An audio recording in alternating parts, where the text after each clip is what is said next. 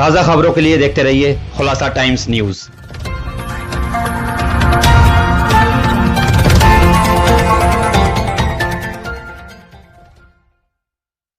चौहान बांगर ward की जनता खुद एक संदेश दे रही है कि यहाँ पर चौधरी मतीन और चौधरी जुबैर के अलावा कोई भी नहीं है। उन्हें एक रहनुमा चाहिए जो हमारे मुसीबत के वक्त सीना तान कर मर्द की तरह हमारी आवाज़ को बुलंद कर सके। ऐसा रहनुमा नहीं चाहिए जो दंगे के वक्त घरों में चूड़ियाँ पहनकर बैठा रहे। आज चौहान बांगर समझ लीजिए कि यतीम हो चुका है। आज हमारी आवाज़ को बुलंद करने वाला कोई रहनुमा है नहीं। ये रहनुमा जो भी हैं वो दलाल हैं और केजरीवाल के गुलाम हैं। जिस तरह से तुष्टीकरण की राजनीति आज केजरीवाल कर रहे हैं, उनकी हकीकत सामने आ रही है। ये जनता देख रही है। जनता पूरे मूड में है कि इस बार हमारा ही अपना रिकॉर्ड टूटेगा। जिस तरह से हमने एक साल पहले 11,000 वोटों से जीत हासिल की थी, इंशाअल्लाह उससे भारी मतों से जीतने जा रहे हैं। नहीं, टक्कर की बात तो तब होती जब इन्हें कोई कैंडिडेट मिलता। आज मजबूरी इनकी इतनी बन चुकी है कि एक मौजूदा विधायक की बीवी को टिकट देना पड़ा। यहाँ से कोई टिकट लेने को नहीं तैयार हुआ क्योंकि जनता किसी के फेवर में है ही नहीं। वो जनता आज से नहीं 1 साल से चिल्ला रही है कि अब की बार दोबारा जुबैर एमसीडी में इंशाअल्लाह कांग्रेस की सरकार बनेगी। जिस तरह से करप्शन और भ्रष्टाचार बीजेपी के लोगों ने फैलाया और उसको केजरीवाल का समर्थन रहा। स्टेट में बैठी हुई केजरीवाल सरकार भ्रष्टाचार फैला रही है और एमसीडी में बैठी हुई केंद्र सरकार कह सकते हैं या एमसीडी में बैठे हुई बीजेपी सरकार जिस तरह से भ्रष्टाचार करती रही, लिंटरों पर पैसे खाते रहे लोग, दलालियां करते रहे।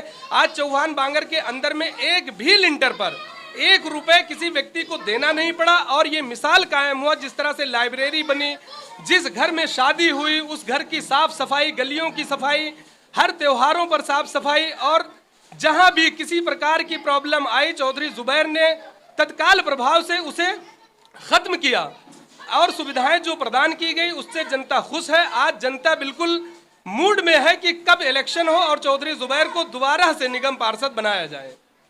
कांग्रेस ही मात्र एक ऐसी पार्टी है इस मुल्क के अंदर में जो इस देश के लिए अपनी कुर्बानियां दी, शहादतें दी और इस देश की तरक्की खुशहाली में सबसे बड़ा योगदान कांग्रेसियों का रहा।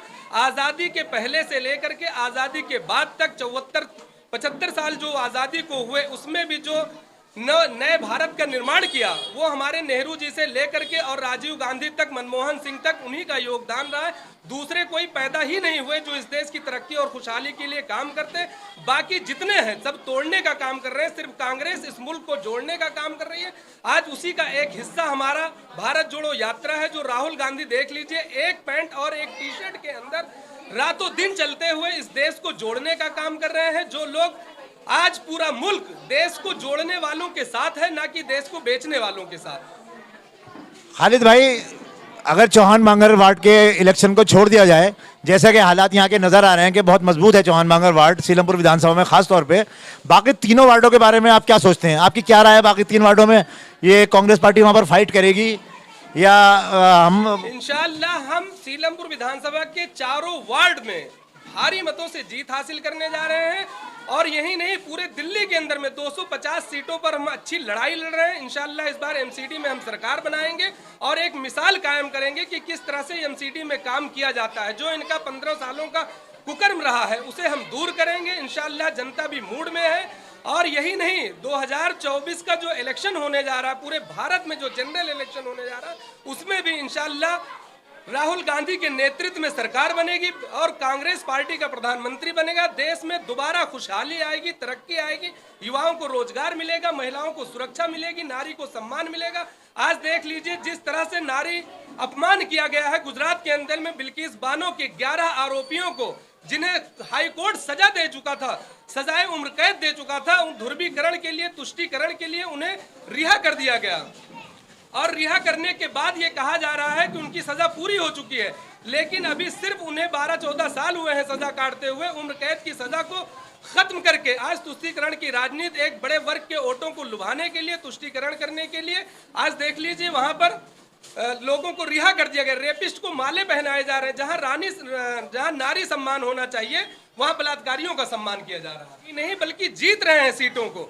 जनता का रुझान बता रहा है कि हम चारों सीटों को इंशाअल्लाह बहुत ही भारी मतों से क्योंकि जो चौधरी साहब का काम रहा है, 25 साल का जो कार्यकाल रहा है, 25 सालों में कोई एक दंगा तक नहीं हुआ यहाँ, और 5-7 साल के लिए चौधरी मतीन सीट से हट गए, सरकार में नहीं है, सत्ते में नहीं है, खुद विधायक नहीं है, और उसका नतीजा हमें भुगतान करना पड़ा। 53 लोगों की जान गंवानी पड़ी। इस क्षेत्र के अंदर में हमेशा हिंदू मुस्लिम एकता का प्रतीक रहे चौधरी मतीन।